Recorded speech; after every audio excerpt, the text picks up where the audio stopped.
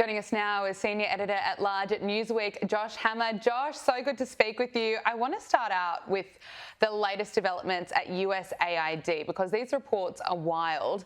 A senior official at USAID has reportedly instructed the agency's remaining staff to convene at the agency's now former headquarters in Washington for an all-day group effort to destroy documents, including many which contain sensitive information. Now, the materials earmarked for destruction include contents of the agency's classified, safes and personnel documents at the Ronald Reagan building. That's according to an email sent by USAID's acting executive director, Erica Carr, and obtained by Politico. Now, the email didn't provide any reason for the document destruction, but I can't believe this. What are they trying to hide? Well, Gabriella, I have no idea, but I know that we should know. I know that there should be investigations into this, both within the administration and from Congress and the relevant congressional committees that are responsible for having oversight over USAID. I mean, this is one of the sketchiest stories that I have seen in years. I mean, this is just utterly wild, frankly, borderline preposterous stuff. I mean, the USAID is having roughly 80% of its staff cut. So, I mean, I guess the people there are basically like literally in burn it all down, shred it all down mode. But I have no idea exactly what they're trying to hide. I mean, there's probably some sort of gross venality. I mean, probably some sort of cronyism, some nepotism, some giving of contracts to potentially terrorist organizations. I mean, I'm really just speculating here. I don't have the goods here. I don't have the receipts, but I know that this is the kind of thing that the American people really ought to know.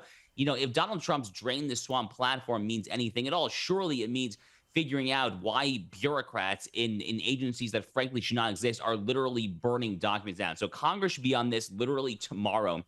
If they're not on it already there, we should have the House Oversight Committee getting to ground zero of this, the administration itself, Secretary of State Rubio, Attorney General Pam Bondi, whoever has to act should act, because this is extraordinarily sketchy stuff. American Yeah. people deserve to figure out what the heck is going on. And we already have some of the receipts from USAID, some of the waste, millions spent on DEI in Serbia, millions spent on DEI musicals in Ireland, and then, you know, the tens of thousands on trans comic books in Peru. So much waste. Now we're seeing documents being destroyed. A very interesting development. Marco Rubio confirmed, as you mentioned, that after a 6-week review, more than 80% of USAID programs have been cancelled. 83%, in fact. He said that the 5,200 contracts that are now cancelled spent tens of billions of dollars in ways that did not serve, and in some cases even harmed, the core national interests of the United States. And he said that in consultation with Congress, we intend for the remaining 18% of the programs we are keeping to be administered more effectively under the State Department. Thank you to Doge and our hard-working team for achieving this historic reform. But it's such a significant reduction. I suppose it really highlights just the amount of waste in this agency. So USAID is a creature of the Cold War. It was created during the John F. Kennedy presidential administration in the early 1960s. I mean, picture the Cuban Missile Crisis, the doctrine of mutually assured destruction, the notion that the United States and Soviet Union, two massive nuclear powers, would not try to destroy each other there. So it was done kind of at a time when the Americans and the Soviets were competing on the global geopolitical chessboard in kind of a soft power competition, kind of a soft information operation global game, basically. And in that context, USAID maybe made some sense. I mean, maybe it made some sense to try to get bang for your buck when it comes to trying to export American influence into Southeast Asia or to Eastern Europe or Northern Africa, various parts of the world that perhaps were at prey of falling under the Soviet sphere of influence, frankly, right here in the Western Hemisphere, in the Americas, as well as evidenced by Cuba. But whatever purpose USAID may have had there, surely at this point, 35 years, 36 years, frankly, after the fall of the Berlin Wall, at this point, USAID has outlived its usefulness. It's also an unconstitutional agency, by the way. USAID was constituted as a purported, quote unquote, independent agency, which the geniuses at the time thought meant that it could operate outside of the hierarchy, outside of the bureaucracy of Article 2 of our Constitution, which establishes the presidency. That's actually not how it works. The Constitution here in America is very clear. There is one man who wields the executive power. That is the President of the United States. If there is any body, any agency that purports itself, that holds itself out to be outside of the chain of command such that it is not accountable to the President of the United States, that is unconstitutional. And in fact, the Supreme Court is probably going to have a clear and direct ability to weigh on this sooner rather than later. It'll be one of many high-profile legal hearings that the Supreme Court of the United States will hear based on the early conduct of the administration and, frankly, the early conduct of the leftist outside NGOs that are engaged in lawfare right now against the administration. But one thing I know for sure, Gabrielle, is that this agency is just a profligate waste of Americans' hard-earned taxpayer dollars, and I salute Elon Musk and Doge for trying to send them the way of the dodo bird. Absolutely. Look, I want to speak to you about the Democrats. They've called, or some of them have called, for the release of an alleged pro-Hamas activist arrested by ICE. The Senate Judiciary Committee Democrats posted an image on X with the caption, "Free Mahmoud Khalil." Now, they posted that to X. Now, Mahmoud Khalil was a graduate student and at the centre of anti-Israel protests that turned so disgustingly violent and ugly at Columbia University last year. He's acted as a spokesperson for this anti-Israel, pro-Hamas student group at Columbia University called Columbia University Apartheid Divest, or CUAD. And to give you a sense of what CUAD is like, it says that it's fighting for the total eradication of Western civilization. It believes that October 7 was a moral, military and political victory, and declared that October 7, well, they justified October 7 saying that violence is the only path forward. Anyway, it's disgusting to even read this out loud. But now anti-Israel activists who want to support this person, they're taking to the streets in protest.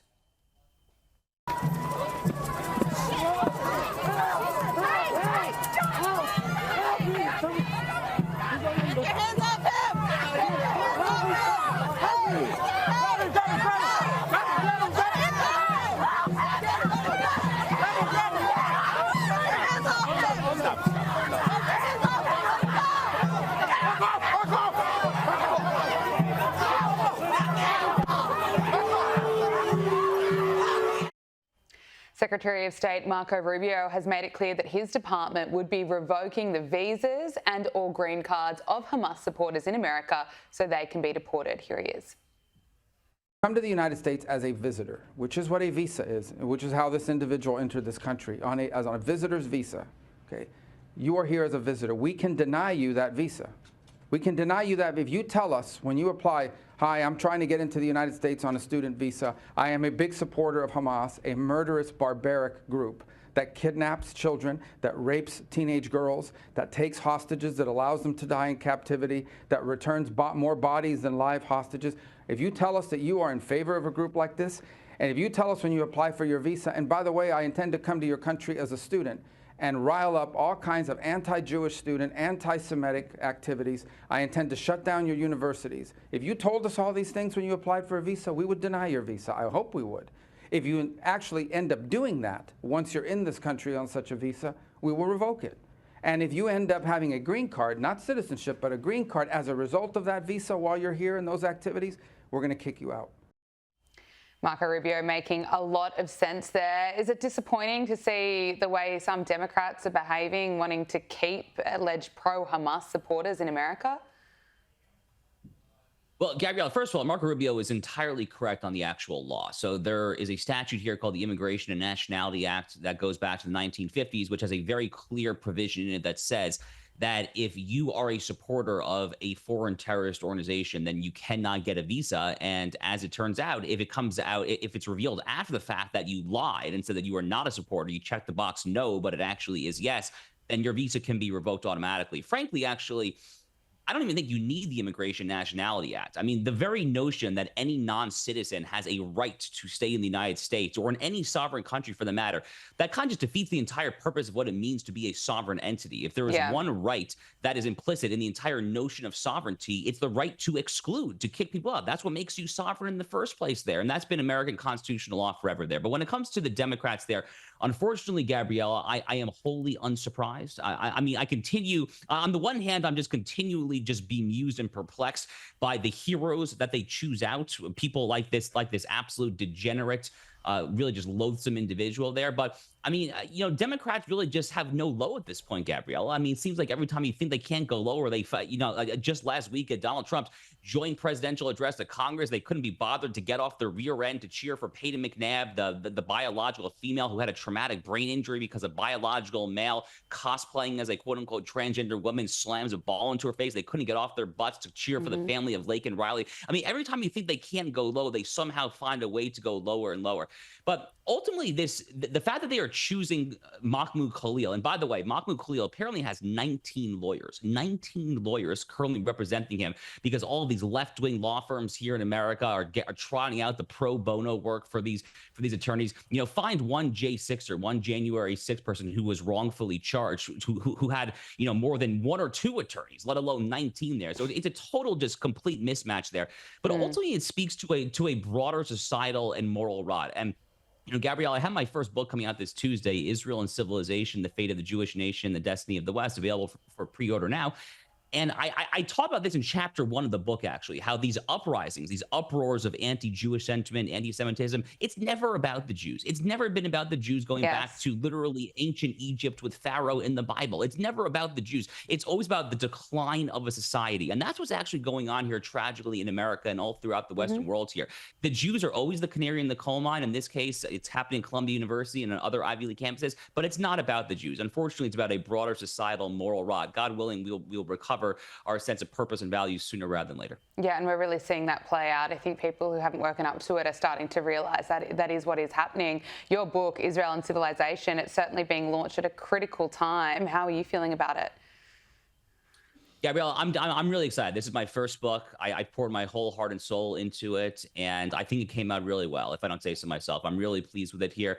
It's talking about, in this book, the state of Israel is in there, and U.S.-Israel relations. I make a very hard-headed, realist, MAGA, America First style case for the importance of U.S.-Israel relations, which basically boils down to the following. I basically say that America's #1 geopolitical threat this century is China. If you want to free up resources to focus on China, you should hand off the baton to regional allies who share your interests in a given part of the world.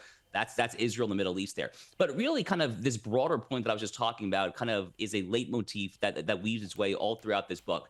The book, essentially, Gabrielle, is basically calling for Jews and Christians alike to fall in love with the Bible again, because I argue that there are three forces ultimately that are seeking to subjugate and overturn all that today we call, quote unquote, Western civilization. Those forces are wokeism, Islamism, and global neoliberalism. The lattermost being Davos, Brussels, United Nations, all these transnational global institutions. They're all waging a war on Western civilization one way or the other. The question is, are we going to gird ourselves? Are we going to ground ourselves in the actual values that our entire civilization was founded upon in order to launch a counteroffensive against these three forces? To me, that's going to require some sort of biblical reawakening there.